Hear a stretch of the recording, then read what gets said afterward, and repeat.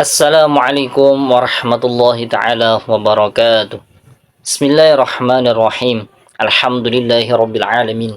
Wa bihi nasta'inu ala umuri dunya waddin. Wassalatu wassalamu ala sayyidina maulana Muhammadin wa ala alihi wa ashabihi ajma'in. Allahumma 'allimna ma yanfa'una wa anfa'na bima 'allamtana wa zidna min fadlika ya karim. Subhanaka la ilma lana illa ma 'allamtana innaka antal alimul hakim. Rabbi shrah li sadri wa yassir li amri wahlul 'uqdatam min lisani yafqahu qawli. Ma'asyiral muslimin wal muslimat, para pemirsa channel MZT Malang Raya dimanapun panjenengan berada, alhamdulillah Allah Subhanahu wa taala senantiasa memberikan kita sehat wal afiyah, taufik dan inayahnya agar sehingga kita bisa melanjutkan dars atau pengajian kita kembali di dalam yang mana kesempatan ini Al-Fakir bersamaan panjenengan itu membahas tentang ulumul Quran, keilmuan seputar Al-Quran, yang membahas tentang Al-Quran dan keilmuannya dan tafsir dan lain-lainnya. Yang mana dalam beberapa pertemuan sebelumnya kita sudah membahas tentang asbabun nuzul di beberapa pertemuan sebelumnya. Maka dalam di hari ini insya Allah kita masih melanjutkan bab tema yang membahas tentang asbabun nuzul, menunjukkan akan betapa pentingnya bab asbabun nuzul ini, terutama bagi kita thalibul ilm yang ingin mengambil jurusan mendalami lebih dalam mengenai tentang ulumul Quran, tafsir. Maka sudah selayaknya dan wajib bahkan untuk mempelajari tentang asbabun nuzul. Karena apa? Karena apabila seseorang sudah saya jelaskan di pertemuan-pertemuan sebelumnya bahwa apabila ada seseorang ingin menafsirkan suatu ayat akan tetapi dia tidak memahami bahwa konteks ayat tersebut, sebabnya turunnya karena apa, maka dia bisa menafsirkan Al-Quran, menafsirkan ayat tersebut dengan kemauannya sendiri. Maka sebegitu pentingnya, sebegitu bahayanya seseorang itu menafsirkan ayat tanpa mengetahui dulu asal usul ayat tersebut, apakah ayat tersebut ada asbabun nuzulnya atau tidak, ya. Jadi tidak menyimpulkan suatu hukum dulu kecuali mengetahui dulu asbabun nuzulnya, dan itu kita sudah singgung dan kita sudah bahas panjang lebar di pertemuan-pertemuan sebelumnya. Nah, kalau hari ini pada pertemuan sekarang ini kita melanjutkan membaca kitabnya Abu Said Muhammad bin Alwi Al-Maliki, Zubdatul Itqan fi Ulumil Quran. Kita sudah masuk di pembahasan fawaid tata'allaqu bi asbabin nuzul. Ada beberapa faedah-faedah yang masih seputar asbabun nuzul. Ya, ini faedah-faedah tambahan masih seputar asbabun nuzul. Yang pertama yaitu ila anqala al-muallif rahimahullahu taala wa nafa'ana bi ulumihi fid darain masadir asbabin nuzul. Sumber rujukan asbabun nuzul ini itu gimana caranya kita mengetahui asbabun nuzulnya, referensinya itu bagaimana. Nah, la yahillul qaul fi asbabin nuzul illa birriwayah was sama' mimman syahadut tanzil wa waqafu 'ala al-asbab wa bahatsu 'an ilmiha. Ya, tidak bisa, ya tidak mungkin kita itu mengatakan sesuatu tentang asbabun nuzul. Kita berbicara tentang asbabun nuzul itu dengan karangan kita sendiri nggak mungkin. Jadi bagaimana cara kita mengetahui asbabun nuzul itu, ya birriwayah, dengan kita meriwayatkan dari sahabat, dari tabi'in, wassama' mimman syahadut tanzil. Kita mendengar dari riwayat mereka-mereka, para sahabat-sahabat yang memang menyaksikan bagaimana Al-Quran itu diturunkan kepada Nabi Muhammad SAW. Waqafu 'ala al-asbab, dan mereka memang benar-benar mempelajari dan mereka mengetahui sebab turunnya ayat ini tuh karena kejadian apa. Wabahatsu an ilmiha, dan mereka itu para sahabat dan tabi'in, mereka itu mempelajari akan keilmuan tersebut. Maksudnya ayat ini turun karena kejadian ini, maka apa yang bisa kita ambil? Nah, itu diteliti oleh para sahabat. Jadi tidak mungkin kita itu asbabun nuzul itu sesuai dengan karangan manusia, itu nggak mungkin. Jadi asbabun nuzul itu adalah ilmu yang memang berbarengan dengan turunnya Al-Quran. Al-Quran itu diturunkan ayat ini diturunkan, surat ini diturunkan, itu asbabun nuzulnya. Maka asbabun nuzulnya ini adalah juga ilmu yang diwahyukan dari Allah Subhanahu wa taala yang turun bersamaan dengan turunnya Al-Qur'an. Oleh karena tidak mungkin, tidak layak yaqbalu ijtihad. Tidak ada ijtihad di dalam urusan asbabun nuzul. Oh, kalau menurut saya, versi saya, ini ayat ini asbabun nuzulnya gini. Tidak diterima sama sekali. Tidak, itu tidak masuk akal, ya. Maksudnya apa asbabun nuzulnya ayat ini versi saya, misal ada orang zaman sekarang bilang kayak gitu, tidak diterima. Kenapa? Karena asbabun nuzul adalah sesuatu yang berkaitan dengan Al-Quran. Maka dalam hal ini kita hanya bisa menerima asbabun nuzul dengan riwayat yang sah dari tabi'in ataupun sahabat yang mereka itu menyaksikan turunnya Al-Quran langsung kepada Nabi Muhammad SAW. Qala Muhammad bin Sirin, sa'altu Ubaidah an ayatin min Al-Quran, faqal ittaqillaha wa qul sadadan, dhahaba alladhina ya'lamuna fima anzalallahu Al-Quran.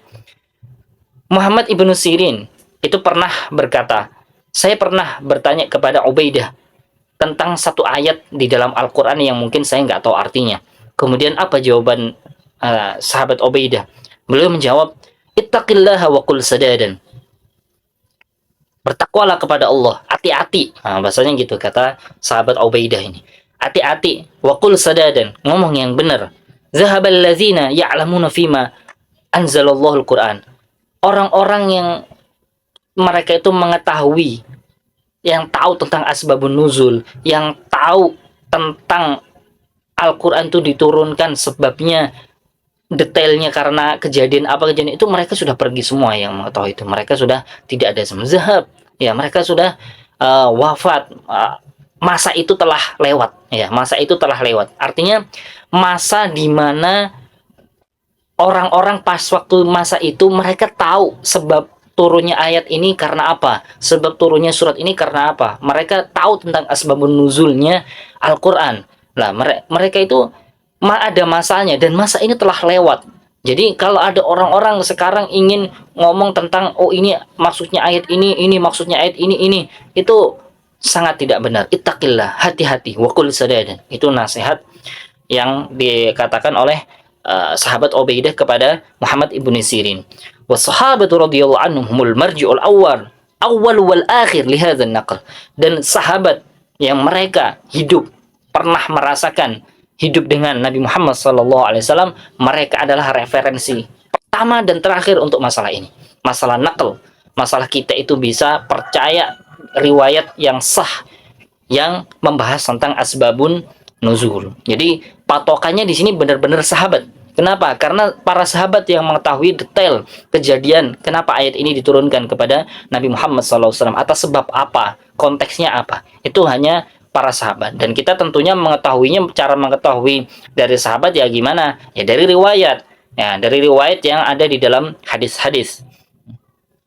Wa hum ridwanullahi alaihim ya'rifuna dzalik biqara'ina tahtafu bil qadaya. Ya, dan para sahabat bagaimana? Para sahabat Nabi Muhammad SAW, bagaimana cara mereka itu mengetahui tentang asbabun nuzul? Ya, mereka pasti punya qarinah, mereka punya keilmuan, mereka punya alatnya.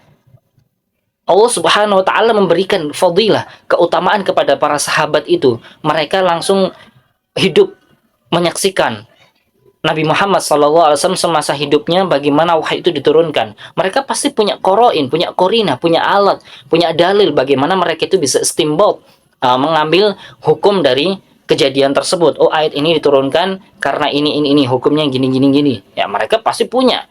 Ya. Qultu wa yudrikuna dzalika aidan bi mulazabati Nabi sallallahu alaihi wasallam wa ma'rifati ahwalihi wa tatabbu'i ma yanzilu alaihi minal ayatil karimati wa syuhuduhum dzalik bi anfusihim.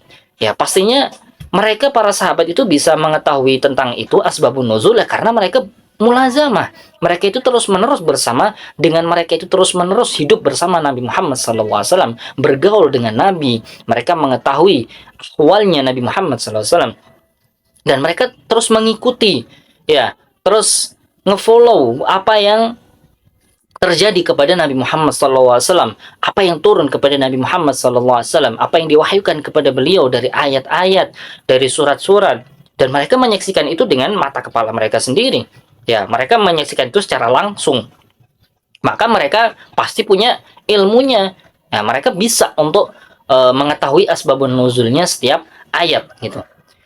Ma ma'na qawli sahabati hadhil ayat nazalat fi kadza hal yajri majral musnad wa hal yufidu sabab nuzulnya. Sekarang ada pertanyaan. Apa maksud dari perkataan sahabat? Misal ada sahabat ini misal sahabat Abdullah bin Abbas. Beliau berkata bahwa beliau bilang ayat ini turun karena sebab ini. Nazalat hadhil ayat fi kadza. Jadi ini yang berkata bukan Nabi Muhammad SAW sendiri, tapi yang berkata adalah sahabat. Misal sahabat Abdullah bin Abbas, beliau mengatakan bahwa ayat ini turun karena ini. Nah, di dalam urusan ini. Tapi beliau nggak menisbahkan itu ke Nabi. Bukan Nabi yang ngomong gitu, tapi sahabat. Nah, itu maksudnya apa? Apakah perkataan sahabat itu yajrul musnad, hukumnya, derajatnya, levelnya sama seperti hadis musnad? Yang artinya hadis musnad itu ya sama seperti hadis marfu. Maksudnya kita hukumnya walaupun ini perkataan sahabat, tapi seakan-akan kita mengangkatnya seperti derajat hadis. Artinya seperti sabda Nabi Muhammad SAW. Karena para sahabat tentunya tidak ngomong kayak gitu kecuali karena mereka pernah mendengarnya dari Rasulullah SAW langsung. Wahal yufidu sabab nuzuliha. Dengan sahabat ngomong kayak gitu ini sahabat ya. Dengan sahabat ngomong kayak gitu, yaitu ayat ini turun karena ini. Apakah kita bisa mengambil hukum di sini? Apakah berarti omongan sahabat ini menunjukkan bahwa ini adalah sebab nuzulnya, asbabun nuzulnya? Ini ada pertanyaannya. Jadi pertanyaannya seperti itu. Jadi kalau bukan Nabi ya, kalau Nabi Muhammad SAW yang bersabda langsung bahwa ayat ini turun karena ini, ya jelas. Berarti itu asbabun nuzul. Ya, tapi kalau yang ngomong sahabat, dan sahabat ini nggak menisbahkan ke Nabi. Nah, jadi dia sahabat ini ngomong bahwa ayat ini turun karena ini. Lah, maka jawabannya gimana? Ikhtalafal ulama fi qouli sahabi. Para ulama berbeda pendapat di dalam makna sahabat. Sahabat, misal ada sahabat itu berkata bahwa ayat ini turun karena ini. Itu perbedaan pendapat ulamanya bagaimana? Hal yajri majral musnad kama law dzakara as-sabab allazi unzilat li ajlihi aw yajri majra tafsir allazi laysa bimusnad. Jadi kalau ada sahabat ngomong kayak gitu, misal ayat ini turun karena ini, maka hukumnya apakah seperti musnad atau seperti hadis musnad tadi? Artinya kita hukumi seakan-akan itu hadis walaupun itu perkataannya sahabat, atau perkataannya sahabat itu hukumnya kayak tafsir aja, cuma kayak tafsir aja, bukan hadis. Jadi kalau musnad, kalau perkataannya sahabat itu kita samakan seperti levelnya hadis musnad, berarti walaupun itu yang mengatakan sahabat, hukumnya kayak hadis. Artinya seakan-akan itu sabda Nabi Muhammad SAW. Atau kita jadikan bahwa perkataan sahabat ini selevel tafsir. Artinya ya itu cuma sekedar tafsir aja gitu. Fal Bukhari, maka Imam Bukhari, masyhur ya, Imam Bukhari sahib Sahihul Bukhari, yudkhiluhu fil musnad wa ghairuhu la yudkhiluhu. Kalau Imam Bukhari menjadikan perkataan sahabat, misal ada sahabat yang mengatakan bahwa hazil ayat nazalat fi kadza. Ayat ini turun karena sebab ini. Misal ada sahabat tapi ya bukan tabi'in. Kalau ada sahabat yang mengatakan demikian, maka Imam Bukhari menjadikan perkataan sahabat ini hukumnya seperti hadis musnad. Artinya muttasil ke Nabi Muhammad, nyambung ke Nabi Muhammad SAW. Walaupun sahabat itu sendiri nggak menisbahkan kalamnya ini ke Nabi, tapi ya karena yang ngomong sahabat, dan sahabat ini ngomong tentang Al-Quran, berarti sahabat ini tidak ngomong tentang yang berkaitan dengan Al-Quran, apalagi asbabun nuzul, kecuali karena mereka pernah mendapatkan ilmunya, pernah mendengar langsung dari Nabi Muhammad SAW. Ya. Tapi selain Imam Bukhari menjadikan bahwa perkataan sahabat yang macam demikian itu bukan termasuk hadis musnad. Artinya ya perkataan sahabat yang model kayak gitu mungkin masuknya tafsir ya, modelan kayak tafsir aja gitu. Wa aksarul masanid ala hadzal istilah. Dan tapi kebanyakan hadis-hadis musnad itu hadis-hadis musnad ya, itu seperti istilahnya seperti ini semua, maksudnya macamnya seperti ini semua. Sahabat mengatakan ini, sahabat mengatakan ini. Hadis musnad itu rata-rata memang modelnya seperti itu. Seperti musnadnya Imam Ahmad wa ghairihi. Bi khilafi ma idza dzakara sababan nazalat aqibahu fa innahum kulluhum yudkhiluna mithla hadza fil musnad. Kecuali kalau misal sahabat itu menyebutkan ada sebab yang turun nazalat akibahu, ya, setelah turunnya ayat itu. Maka di sini tidak ada perbedaan pendapat bahwa ulama itu memasukkan semua, maksudnya eh, semua ulama itu sepakat bahwa model seperti ini itu termasuk hadis musnad. Itu kalau misal dia sendiri sahabat ini menyebutkan ada sebabnya. Nah, maksudnya bukan sebabnya, ya sebab detailnya itu disebutkan oleh sahabat ini, ya, dan beliau menisbahkan langsung, maksudnya sahabat ini mengklaim bahwa ini dari Nabi Muhammad SAW menyebutkan kejadiannya, ya ini berarti jelas, maksudnya ini hukumnya seperti Nah, tapi kalau misal yang jadi permasalahan itu kalau misal sahabat bilang hadhil ayat nazalat fi kaza, ayat ini tuh turunnya untuk masalah ini, permasalahan. Jadi ayat ini, jadi mengklaim gitu, ayat ini turunnya karena ini. Nah, tahu dari mana? Apalagi nggak menisbahkan ke Nabi Muhammad SAW. Lah, itu yang menjadi perbedaan pendapat ulama di situ. Nah, wa anil mas'alati tsaniyah. Nah, sekarang menjawab pertanyaan yang kedua. Apakah dengan sahabat mengatakan bahwa ayat ini turun karena ini, itu berarti itu adalah sababun nuzul yang dikatakan sahabat? Nah, ini pertanyaan yang kedua. Jawabannya adalah sebagaimana yang dikatakan oleh Al-Imam Az-Zarkashi di dalam kitabnya Al-Burhan, qad urifa min 'adati as-sahabati wat tabi'in anna ahadahum idza qala nazalat hadhihi al-ayatu fi kadza fa innahu yuridu bidzalika annaha tatadammanu hadha al-hukm la an la la anna hadza kana as-sabab fi nuzuliha fahuwa jinsul istidlal 'ala al-hukmi bil ayah la min jinsin naqli lima waqa. Ini menjawab pertanyaan kedua, ya, yaitu apakah perkataan sahabat yang ngomong bahwa hadil ayat nazalat fi kadza, ayat ini turun karena ini. Ini kalau kata Imam Az-Zarkashi di dalam kitabnya Burhan, bahwa kita telah tahu, kita sudah diketahui dari kebiasaannya sahabat dan tabi'in bahwa kalau salah seorang di antara mereka, yaitu sahabat atau tabi'in, mereka itu bilang nazalat hadzil ayah fi kadza. Jadi kalau ada sahabat atau tabi'in, mereka bilang bahwa ayat ini turunnya karena sebab ini. Nah, maka yang dimaksud oleh sahabat atau tabi'in itu adalah sahabat atau tabi'in ini ingin menjelaskan hukum yang ada di dalam ayat tersebut. Bukan menjelaskan tentang sababun nuzulnya. Artinya ketika ada sahabat ngomong bahwa ayat ini turunnya karena menjelaskan tentang ini, itu bukan berarti sahabat mengklaim bahwa ayat ini sababun nuzulnya ini. Karena sababun nuzul sama inti hukumnya, menjelaskan hukumnya, ya, kandungan yang di dalam ayatnya, menjelaskan kandungan yang di dalam ayat tersebut dari hukum-hukum, itu berbeda, ya. Berbeda. Kalau asbabun nuzul kan menjelaskan bahwa ayat ini turunnya sebab karena ini. Tapi ketika para sahabat, misal ada sahabat atau tabi'in yang dia menyatakan bahwa ayat ini turunnya membahas masalah ini, itu bukan berarti kita jangan memahami bahwa itu adalah berarti ini asbabun nuzulnya, bukan. Akan tetapi mungkin saja sahabat atau tabi'in di situ hanya ingin menjelaskan kandungan hukum yang ada di dalam ayat tersebut. Di dalam ayat ini mengandung hukum ini, di dalam ayat ini mengandung hukum ini. Maka di sini sahabat atau tabi'in ini nggak menjelaskan asbabun nuzul, ya, akan tapi cuma menjelaskan hukum yang terkandung di dalam ayat tersebut, ya. Fahuwa min jinsil istidlal 'alal hukm bil ayah la min jinsin naqli lima waqa. Ya, jadi para sahabat atau tabi'in yang ngomong demikian itu tujuannya hanya untuk istidlal 'alal hukum, ngambil dalil atas suatu hukum. Dalilnya ayat ini, karena ayat ini itu hukumnya adalah untuk menjelaskan hukumnya ini, bukan ingin menjelaskan asbabun nuzulnya. Karena sekali lagi, menjelaskan asbabun nuzul sama menjelaskan hukum yang terkandung di dalam ayat ini itu adalah dua hal yang berbeda.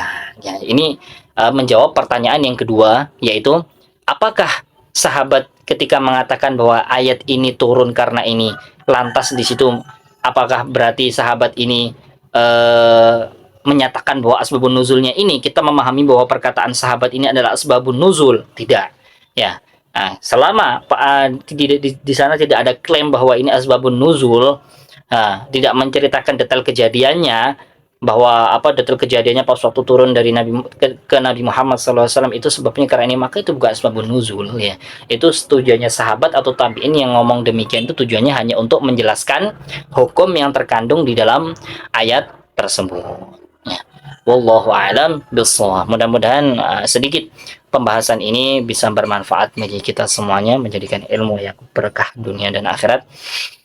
Insya Allah kita lanjutkan di pertemuan selanjutnya, masih membahas tentang seputar asbabun nuzul, karena sekali lagi betapa pentingnya kita mempelajari asbabun nuzul, itu kita mengetahui asbabun nuzul ya, urgent banget ya kita itu mempelajari bab ini. Insya Allah kita ketemu di pertemuan selanjutnya. Taufiq wal hidayah waridha wal inayah wa jazakumullahu khairan. Asamihni ala taqsir. Assalamualaikum warahmatullahi taala wabarakatuh.